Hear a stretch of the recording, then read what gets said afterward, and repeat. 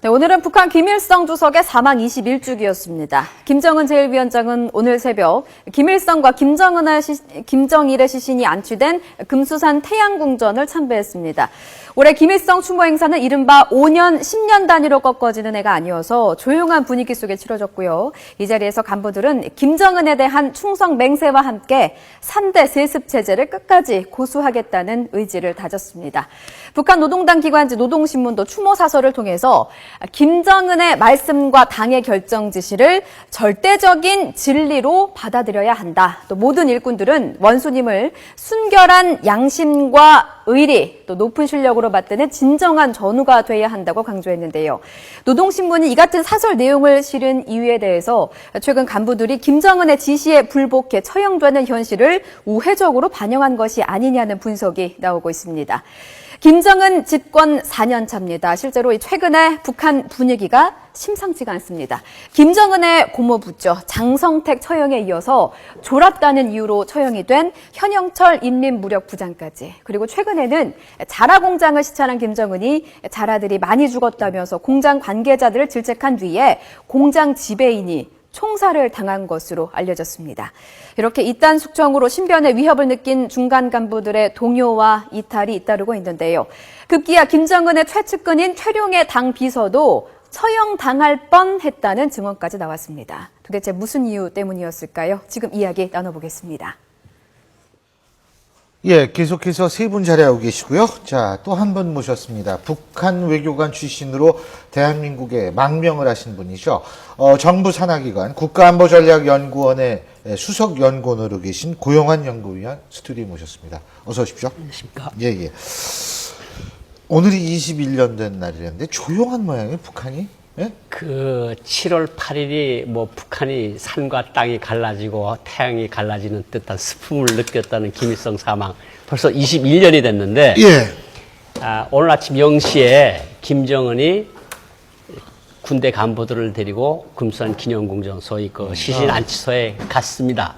갔는데 저기서 뭘 볼 수가 있는가 하면 우리가 그동안 약간 그 좀 말들이 있었던 그 현영철 인민무력부장 대신에 박영식이라는 인민무력부장이 새로 거기 등장을 해서 참배를 했고요. 예. 그러니까 현영철이가 뭐 잘못된 거 아니다 하고 하는 그 논란을 일시에 불식시키는 그런 거고요. 일단은 그 현영철이 처형된 다음에 총정치국 조직부국장과 선전부국장은 있는데 조직부국장도 바뀌고 부총참모장 작전국장도 바뀐 것 같고, 그러니까 군부가 일대 개편을 겪었는데 그 개편이 그냥 개편이라기보다는 그 전에 있었던 변인선 인민무력부 제1부총참모장 겸 작전국장도 지난해 말에 처형됐다는 사실이 거의 확인되고 있다. 네, 예. 그래서 처형됐다. 지금 뭐 군대도 바짝 쫄아 있는 상황이라고 볼 수가 있는 거죠.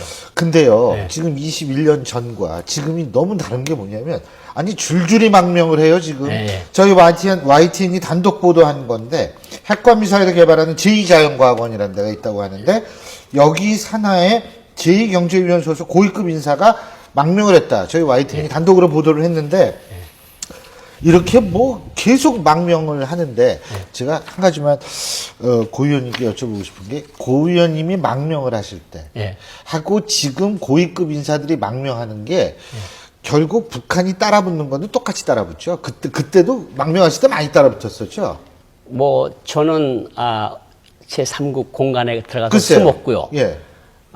북한에서 한 20명의 보위원들이 와서 공항, 호텔, 항구 다 뒤졌죠. 근데 뒤지다가 결국은 이 사람 자살한 거로 판단을 하고 철수를 한 다음에 제가 그 나라에서 빠져나왔거든요. 그러니까 지금 여러 사람들 망명 소리 나오는 사람 중에 일부는 한국에 들어와 있는 게 사실이고요. 네. 일부는 확인을 할 수가 없는 상황이고, 이거는 제가 말씀을 안 드린 이유는 아직도 신변이 확보가 안 됐을 가능성이 있고, 그 가족들이 위험에 빠지는 정도가 달라요. 뭐냐면 한국에 들어왔을 때하고 유럽에 가 있을 때하고 중국에 가 있을 때하고 처벌 순위가 다릅니다. 한국에 오면 굉장히 엄하게 3, 4촌까지 다 처형을 하거나 수용소 보내는데, 유럽 같은 데 가면 그렇게 가족까지 죽이고 그러질 않거든요. 그러니까 그 사람들한테도 불리하니까 제가 여기서 누구라고 누구는 들어와 있고 누구는 안 들어와 있다고 말을 할 수 없지만 확실한 거는 당과 정부와 군대의 많은 간부들이 떠나고 있다, 북한은. 그걸 제가 말씀을 드릴 수가 있습니다. 지금 고 황장엽 비서 망명 이후에 최고위급 간부가 망명을 했다. 바로 박승원 북한 인민군 상장. 우리나라식으로 얘기하면 중장급이라고 얘기를 하는데요. 근데 사실은 이거를 그 보도를 안 했었던 걸로 알고 있어요. 맨 처음에는. 근데 그게 이제 저희 YTN을 비롯한 맨 처음에 접한 데서 보도를 안 하는 이유가 따님 문제가 있는 걸로 알고 있는데요. 그건 제가 확인을 해드릴 수가 알겠습니다. 없습니다. 확인해 드릴 수 없고 다만 예. 최고위급이라는 말은 맞지가 않고 그렇습니까? 39호실 부부장급이 사실은 그 사람보다 더 훨씬 더 높은 거예요? 높습니다. 근데 그 사람은 한국에 들어와 있습니다. 그러니까 이경제위원회 미생물과학연구소 그리고 군 간부 당 조직지도부 간부 39호실 간부 여러 명들이 탈출을 한 것은 사실입니다. 그러면은 이렇게 최고위급이 줄줄이 나오면 이러다 북한 텅 비는 거 아니에요? 그러니까 이게 무슨 현상을 다시 일으킬 수 있는가 하면 김정은이 누구를 외국에 감히 내보내지 못하겠죠. 예. 내보내면 나가니까. 예. 그런데 나오는 사람들이 보통 사람들이 아니고 특히 장성택 처형 이후에 나오는 사람들이 일반 탈북자 수는 현저히 줄었습니다. 그런데 작년, 재작년에 중간급 간부들이 많이 왔어요. 그건 제가 말씀을 드릴 수가 없는데 어쨌든 왔는데 와서 신변의 위협을 느끼니까 이름까지 다 바꾸고 그리고 모든 것을 감추고 살고 있는 사람들이 있습니다. 그리고 특히 현영철 처형을 전후로 해서는 급수가 조금 더 높아졌고 망명하는 사람들 망명되는 사람들 급수가 높아졌고 일반 탈북자들은 북중 국경이 삼엄해지면서 절반 이하로 툭 떨어졌는데 현재 나가서 중요한 일을 하라고 맡긴 39호실이나 아니면 뭐 군 쪽이나 정부 쪽 사람들이 탈출을 해서 한국에 오고 있다. 결국은 뭘 의미하는가 하면 들어온 원인을 물어보면 다 거의 비슷합니다. 예. 너무 공포스럽다. 그러니까 간부 와이프들이 그렇게 물어본다는 거예요. 저녁에 집에 들어오면 정말 잘 들어왔다. 그리고 다음 날 아침에 출근할 때 꼭 살아서 보자까지는 안 와도 예. 어쨌든 꼭 돌아오시길 바란다. 그럴 정도로 삼엄하고 결국은 간부들이 제대로 말도 못하고 심지어 평양 같은 데서는 그것도 사실인데 유치원 애들한테 아침마다 글을 한 장씩 주면서 아버지 엄마가 어제 저녁에 무슨 영화를 봤고 무슨 말을 했는지 적어내라. 이게 김정은이가 바늘 떨어지는 소리까지 나한테 다 보고 와라. 이렇게 이야기한 후에 나타나는 현상들이거든요. 그 아이들이 유치원 다니는 5살, 6살짜리들이 아버지가 어저께 김정은을 욕했어. 아버지가 어저께 무슨 우리나라 영화 아닌 다른 영화를 봤어. 그럼 그때부터 국가안전보위부 조사가 들어가는 거 아닙니까? 아이고, 참, 신 박사님. 네. 신 박사님 같은 경우에 이제 일본에서 박사학위 논문 북한으로 쓰셨는데 이런 거를 예측을 하셨어요? 박사 논문 쓰실 때? 북한이 언젠가는 이런 식의 제가 볼 때 텅 빌 것 같아요? 예측까지 제가 무슨 신통력이 있는 것도 아니고요. 근데 이제 이렇게는 볼 수 있습니다. 작년까지는 이제 김정은은 김일성 어떻게 외모적으로도 그걸 빼다 닮아갖고 뭐 하려고 그랬잖아요. 근데 작년까지만 해도 중앙추모대, 이를테면 대중 집회를 대대적으로 열었는데, 요번에 왜 군 간부들만 데리고 갔을까? 뭐 그런 거. 근데 이제 이럴 거 아니에요. 그러니까 21년 전에 김일성이 죽었을 때 7월 8일 날 정말 평양 시민들이 그냥 다 땅을 치고 오열 통곡하잖아요. 그게 한국의 일부 사람들은 위에서 시켜갖고 쇼하는 거다 그랬는데요. 아니, 저는 그건 아니라고 봤어요. 그러니까 북한 동포들의 김일성에 대한 나름대로의 충성과 존경심이 있었던 거예요. 근데 굳이 숫자로 표현해 보면요. 김일성에 대한 충성도가 북한 인민들이 한 100이라면요. 김정일은 한 50점으로 반토막 났고요.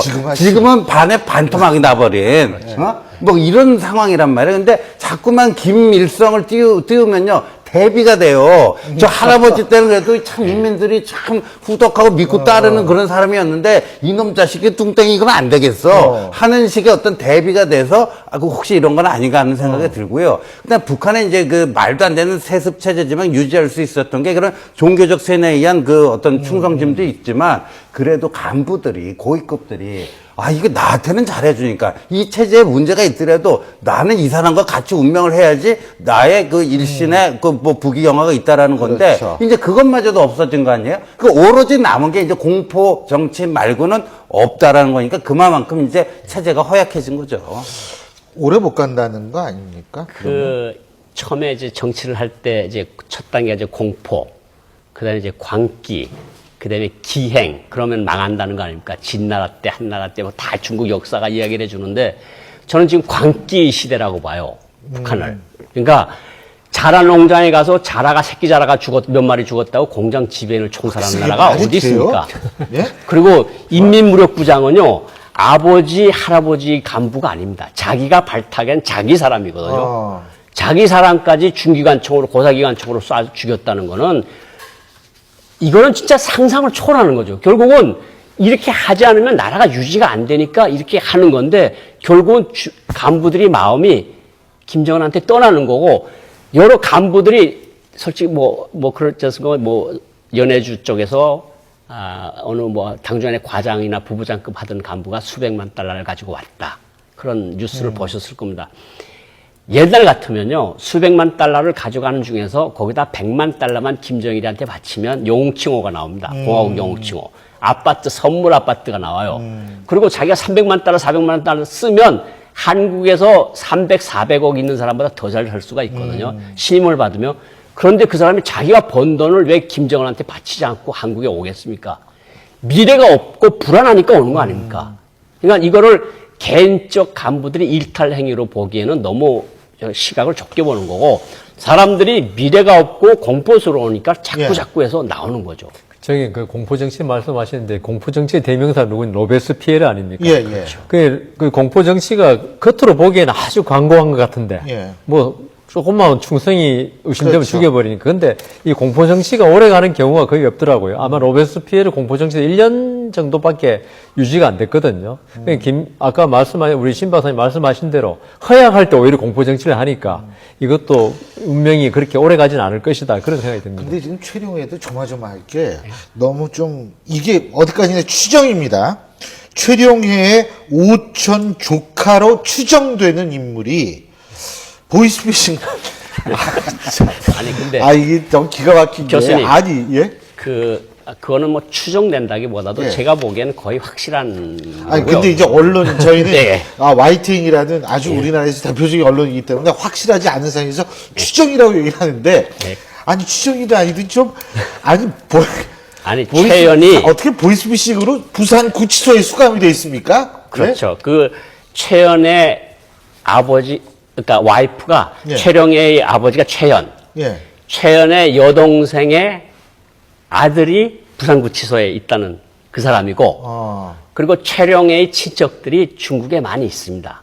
그리고 최룡의 어머니인 김철호가 중국 사람이라는 이야기를 평양에서 많이 들었거든요. 그러니까 결국은 소위 항일운동을 한다고 하면서 그쪽에서 많이 했잖아요. 만주 쪽에서.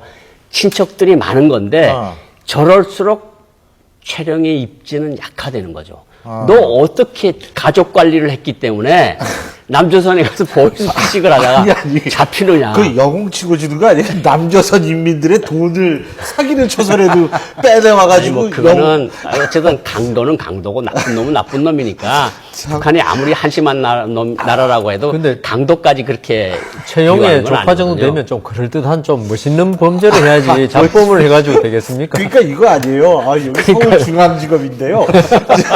누구시죠? 그러면서 이거 했던 거 아닙니까, 그렇죠. 결국은. 그러니까 그렇게 하면 자기가 살아날 수 있을 것 같으니까 그런 이야기를 했는데 그게 이제 더 관심을 끌게 된 거고 예. 사실은 최룡해가 일부에서는 자꾸 그런 소리를 했거든요. 장성택이를 잡은 사람이다. 근데 저는 그 동아일보에서 나온 그 사실을 그 사람을 믿는 것이 제가 아는 최룡해는 장성택과 인생의 궤를 같이 한 사람이에요. 같이 쭉 쫓아다니며 권력을 같이 죄를 같이 했는 사람이고 최령해를 마지막으로 죽는 고비에서 꺼내준 것이 장성택이거든요. 아마 장성택 사건과 관련돼서 지난해 4월 달에 잡으려고 하다가 아마 최연이라는 상징적 이름 때문에 살려준 가능성이 충분히 높고 지난해 4월 달에 최령해가 총정치국장에서 해임이 됩니다. 그러면서 황병서가 올라가죠. 그러니까 그때 그 시일적으로 보아서도 그렇고 지금 와서 동아일보의 주성화 기자하고 인터뷰한 그 사람 말하는 거하고 일치가 되는 거거든요. 그러니까 최령해도 그렇게 이인자처럼 막 그 평양시당 책임비서를 자기 사람으로 임명할 정도로 권력을 부리던 사람도 어느 날 잡혀가서 한 달 동안 비판문 쓰다가 살아난 거 아닙니까? 이 조카 때문에 또 이 사람도 위태위태할 것 같아요. 아니 잘 안 잘한다고 처형하는 나라인데 그게 참 아니 그리고 뭐 산림 정책 잘못했다고 처형하고 이게 말이 됩니까? 오늘 말씀 여기까지 듣겠습니다. 고맙습니다.